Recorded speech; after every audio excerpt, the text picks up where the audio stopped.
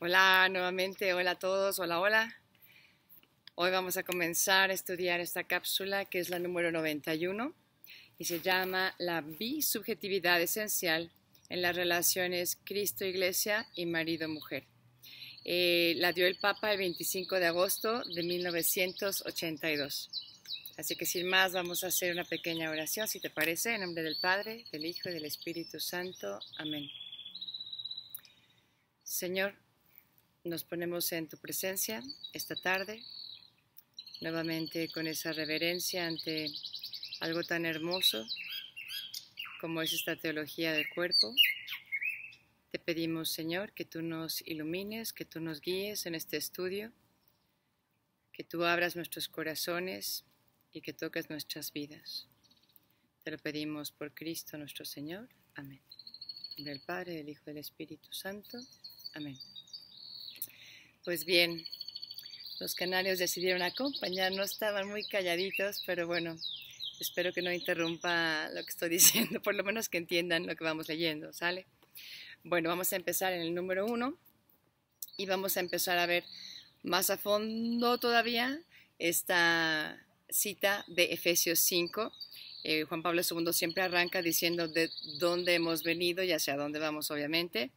Pero yo me voy a brincar esa parte introductoria y simplemente comprender ya lo esencial, como 6 líneas más abajo, ahí vamos a comenzar. Y dice, en el ámbito de la analogía fundamental paulina, Cristo e Iglesia por una parte, hombre y mujer como cónyuges por la otra, hay también una analogía suplementaria, la analogía de la cabeza y del cuerpo. Entonces, pausa. Que está introduciendo aquí Juan Pablo II, la analogía que ya hemos tratado de estar familiarizados con ella y es la de hombre-mujer, ¿no? Que cómo son esa imagen del amor divino y cómo Cristo y la Iglesia, ¿no? Y a la manera en que Cristo ama a la Iglesia, el varón es animado a amar de esa misma manera a la esposa y esposo y esposa, como reflejan este amor tan hermoso esponsal de Jesús. Pero ahora dice, vamos a añadir una nueva imagen, una nueva analogía, y que es la que hemos oído también de San Pablo, de Cristo como cabeza del cuerpo y el cuerpo, que es la iglesia. Entonces tenemos 3. No se me vayan a perder, ¿va? Despacito. Continúa diciendo, y es precisamente esta analogía la que confiere un significado principalmente eclesiológico al enunciado que analizamos, la iglesia. Como tal, está formada por Cristo, está constituida por Él en su parte esencial, como el cuerpo por la cabeza. La unión del cuerpo con la cabeza es sobre todo de naturaleza orgánica, que da vida, ¿no? Algo que es realmente parte de un organismo que tiene, que palpita, ¿no? Algo que no es un edificio frío, como a veces alguien piensa en la iglesia, o como unas personas lejanas, dictatoriales. Está hablando de algo orgánico, ¿no? Algo que nos está hablando de que no está muerto. En palabras sencillas, la unión somática del cuerpo, del organismo humano. Sobre esta unión orgánica se funda de modo directo la unión biológica, en cuanto se puede decir que el cuerpo vive por la cabeza. Y además, si se trata del hombre, sobre esta unión orgánica se funda también la unión psíquica, entendida en su integridad y, en definitiva, la unidad integral de la persona. Y Juan Pablo II solo nos ha explicado un poquito con mayor amplitud lo que es esta analogía del cuerpo y de la cabeza, que obviamente si tomas a alguien que es decapitado, le quitas la cabeza, pues termina de vivir ese cuerpo. Tienen que estar íntimamente unidos, hay una unión, pero también se entiende como la cabeza es la que liderea todo y sin la cabeza no hay cuerpo.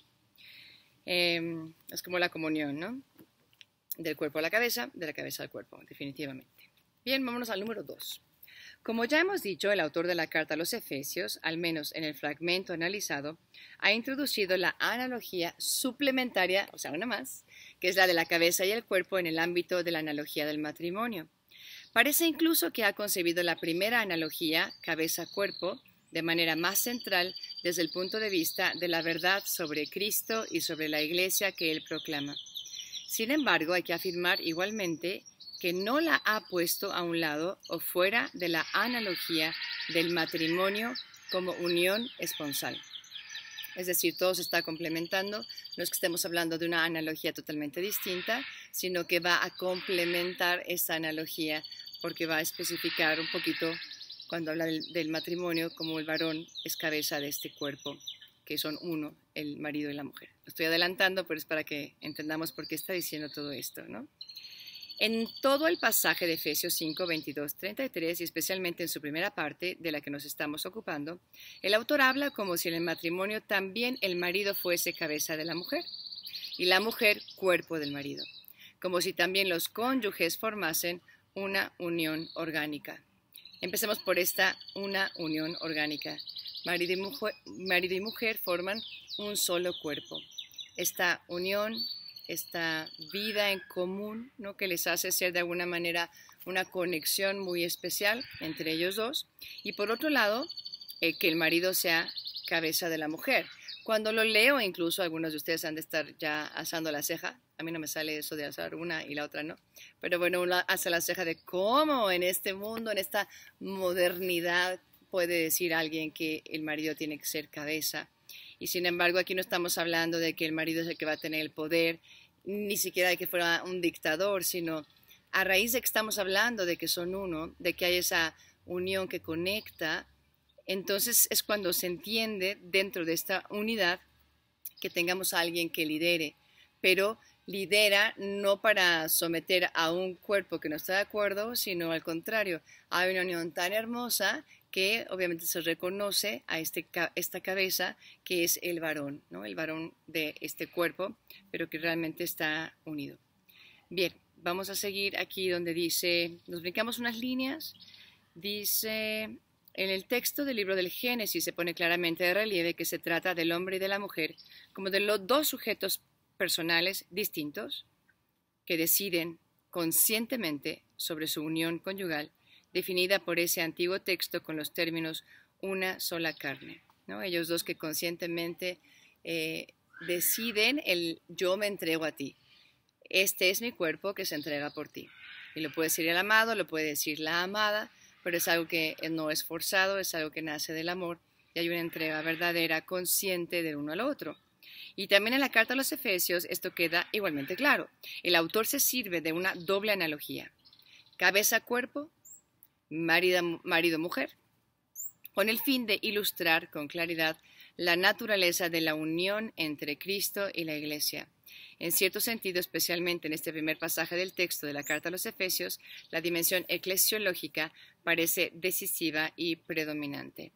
Hay una comunión íntima entre Cristo y la Iglesia, es una comunión cálida, no es una comunión fría ni de sometimiento servil, sino es una comunión de amor que Cristo nos enseña con la Iglesia.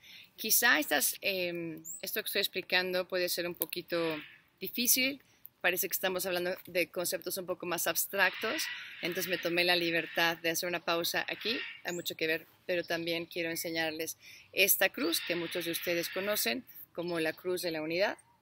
Es una cruz hermosísima que por lo menos yo la conocí por primera vez en el movimiento de Schoenstatt, en los santuarios marianos, y es la que yo tengo en mi cuarto, me encanta.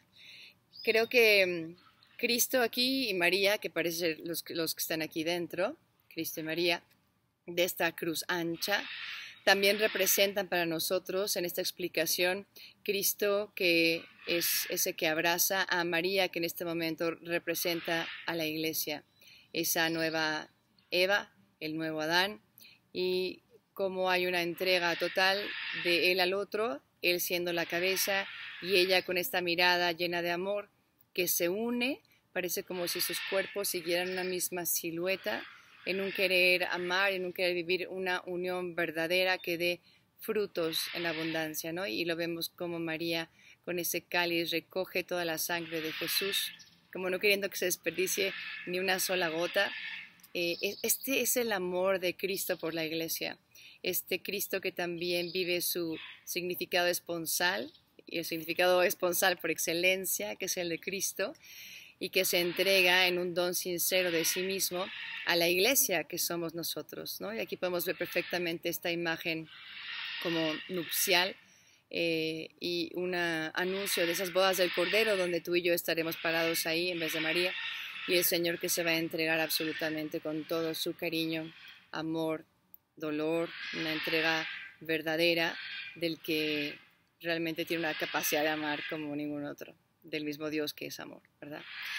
Me gusta esta imagen porque digo, estamos hablando de Cristo y la iglesia, y a la luz de este crucifijo el matrimonio también encuentra la manera de donarse uno a otro, ¿no? Es muy hermoso, muy exigente también, pero se les dice a los varones, ¿no? Amen a sus esposas como Cristo mismo amó a la iglesia y dio su vida por ella. Qué distinto sería para la mujer sentirse amada de esa manera. No, hombre, si tengo un marido que me ama como Cristo me ama, obviamente estoy pendiente con esta mirada, con esta postura como de reverencia especial, de querer servir, de estar atenta a cualquier inclusive deseo, suspiro del amado, que en primer lugar es este Cristo que se entrega. Bueno, con esto respiramos un poquito. Ya sé que si lo estás escuchando solo en audio en el coche no puedes verlo, luego no te vayas a verlo ahorita que estás manejando, pero después lo puedes ver y encontrar en internet muchas imágenes muy hermosas de este tema. Pero vamos a continuar la tarea. Acuérdense que esto es para estudiar. Vamos a profundizar, vamos a seguir con qué dice Juan Pablo II. Vamos a ver cuál es ese significado original de las palabras de Efesios y nuevamente las voy a repetir por si nos hemos despistado. Juan Pablo II también las repite por si acaso y vamos a explicarlas. ¿Cuál es el significado original de estas palabras que voy a leer de Efesios, ¿no? ¿Cuál es como esa obra negra que es como la esencia del mensaje que nos está transmitiendo San Pablo a ti y a mí en este día? Dice, voy a leer textual del Evangelio de la Sagrada Escritura. Las mujeres estén sometidas a los maridos como al Señor, pues el marido es cabeza de la mujer como Cristo es cabeza de la iglesia, Él que es el Salvador de su cuerpo.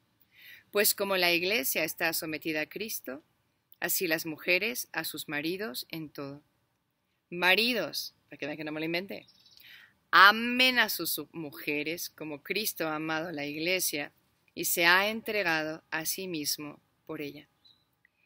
Este es el ideal, ¿no? Obviamente estamos hablando del ideal, de cómo se debería de vivir este amor en el matrimonio. Y obviamente en el mundo de hoy encontramos muchísimas fallas, heridas, hasta roturas, podríamos decir o llamar así, a estas dificultades que está teniendo el matrimonio y toda vocación en este mundo en el que estamos viviendo. Pero bueno, también hay que recordar en el ver el ideal y en entender el plan original de Dios, también el pedir misericordia y pedirle su gracia para que vaya sanando las heridas de nosotros que como pobres seres humanos a veces no sabemos amar y sin querer podemos herir muy profundamente a la persona que está más cercana a nosotros, en este caso hablando del matrimonio. Y qué fácil pues se verifica ese dicho que dice a veces que del amor se torna al odio muy fácilmente. Pero por olvidar el primer amor, por dejar de admirar a la pareja, por dejar de orar y que Cristo nos llene con su amor para luego desde ahí poder amar al otro, etc.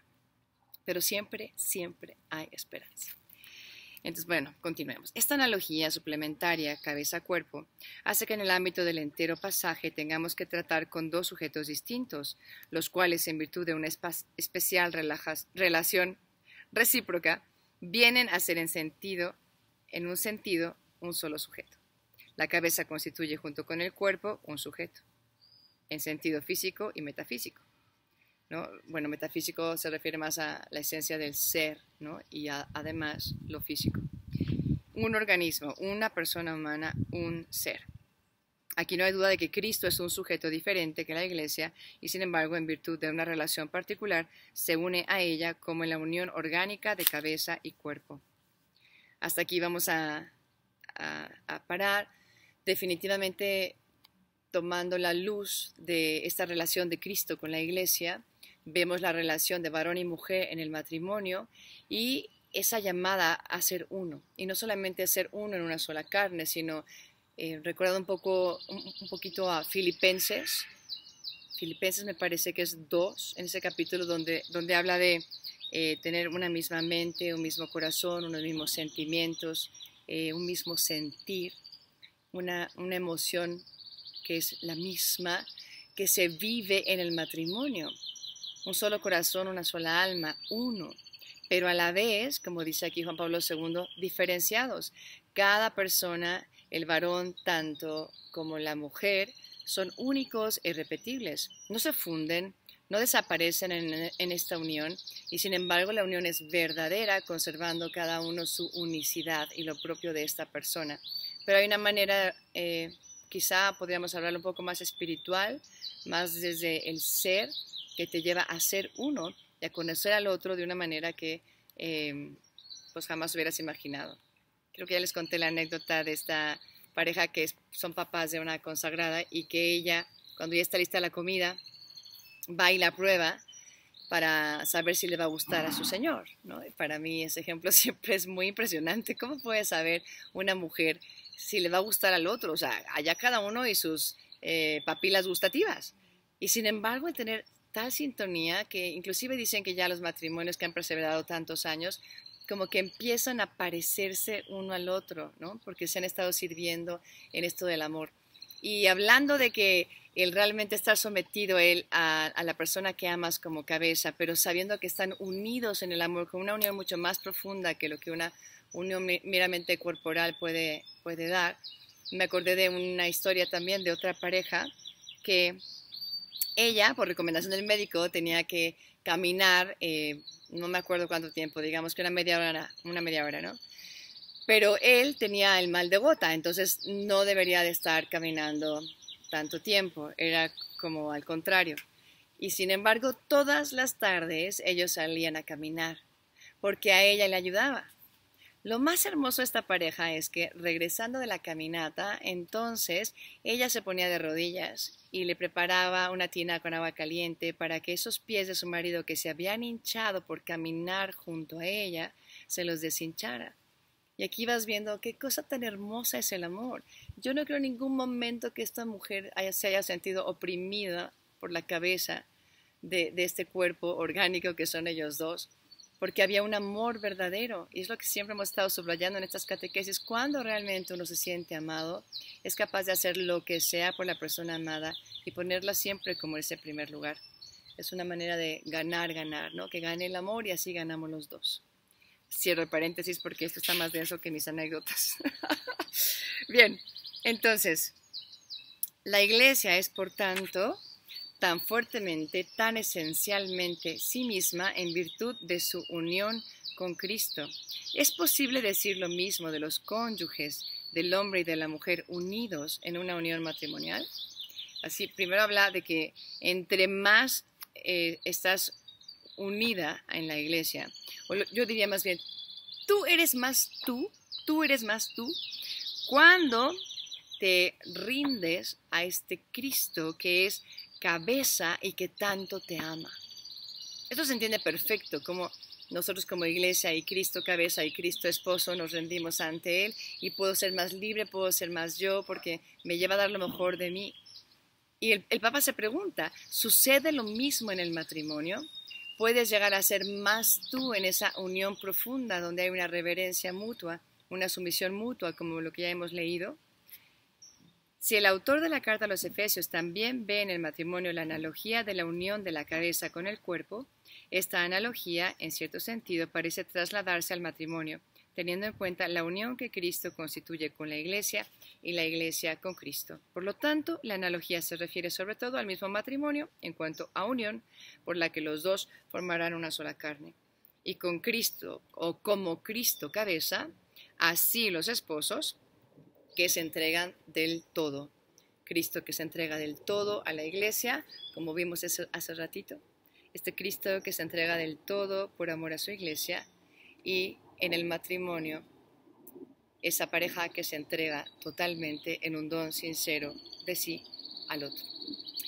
Bien, pasemos al número 4. Esta analogía, sin embargo, no oscurece la individualidad de los sujetos. Lo que habíamos dicho hace ratito, ¿no? Se ve claramente quién es el novio, quién es la novia, ¿verdad? Pero hay una unión verdadera. Pienso también en la Eucaristía. La Eucaristía es el sacramento del esposo y la esposa, como lo llama Juan Pablo II, y también Benedicto XVI, que dice frecuentemente que el matrimonio cambia y se transforma en la unión mutua en la Eucaristía, ¿no? Si los dos pueden comulgar, hay algo hermosísimo de una comunión de amor que se fortalece y que se transforma, o sea, la pareja va transformando su matrimonio, lo va haciendo mejor porque Cristo se hace uno con nosotros. Pero no dejamos de ser nosotros. ¿Sí? ¿Lo entendemos? O bueno, lo explico, lo estoy explicando. No dejas de ser tú y sin embargo te fundes en una unión real, una unión en la Eucaristía, sí, absolutamente total. Jesús se hace uno en nosotros, ¿no? Nos alimentamos de Él y se convierte en parte de nosotros. Aparentemente, porque en realidad espiritualmente nosotros nos hacemos parte de Él y no al revés. En fin, cierro el paréntesis y vamos a pasar al número... bueno, terminemos este número porque no tiene desperdicio realmente. Dice... Esta unión en un solo cuerpo se traslada en el ámbito de todo el texto que estamos examinando a la imagen de la Iglesia cuerpo unida con Cristo como cabeza. Esto se ve especialmente en la continuación de este texto, donde el autor describe la relación de Cristo con la Iglesia precisamente mediante la imagen de la relación del marido con la mujer. Es lo que decíamos nosotros, ¿no? El don de la Eucaristía es esponsal. El don de la Eucaristía es esponsal. Cristo esposo que se une a ti, pero también Cristo esposo que da vida a los esposos que están buscando amar como Él ama, con la ayuda de su gracia, obviamente. Pues ya se nos ha acabado el tiempo. Creo que tenemos que asombrarnos ante este misterio que pobremente he tratado de dibujar con ustedes. Podemos seguir profundizando. Creo que el 5 y el 6 van a hablar muy hermosamente del bautismo como una manera de preparación de la novia para el matrimonio con la Iglesia. Es un como... Bueno, se los leo, está al final del 6, dice, en este texto el bautismo no es llamado con el propio nombre, sino definido como una purificación mediante el baño del agua y de la palabra. Este baño, con el poder que se deriva de la donación redentora de sí que Cristo ha hecho por la Iglesia, produce la purificación fundamental mediante la cual su amor hacia la Iglesia adquiere, a los ojos del autor de la carta, un carácter esponsal, una belleza. Y ya el 7... Cierro con esto. Dice, el amor esponsal de Cristo se refiere a ella, a la Iglesia. Cada vez que una persona individual recibe en ella la purificación fundamental por medio del bautismo. Quien recibe el bautismo en virtud del amor redentor de Cristo se hace al mismo tiempo partícipe de su amor esponsal hacia la Iglesia. Bueno, te invito esta semana a meditar en este amor esponsal de Cristo. Esta Eucaristía que es el don de Cristo mismo a nosotros, el don de la Eucaristía que es esponsal. Este Cristo que nos ama como un verdadero esposo a nosotros, que formamos parte de la Iglesia. Y bajo esta mirada, bajo este ejemplo y esta contemplación, te invito a que extraigas aplicaciones de cómo puedes tú amar en la vocación en la que Dios te ha puesto. Donde quiera que estés en tu vida, siempre cuando tengamos dudas de cómo se ama, nos basta ponernos de rodillas, tomar a este Cristo cerquita, verlo a los ojos y decirle, Señor, enséñame a amar como tú amas. Gracias.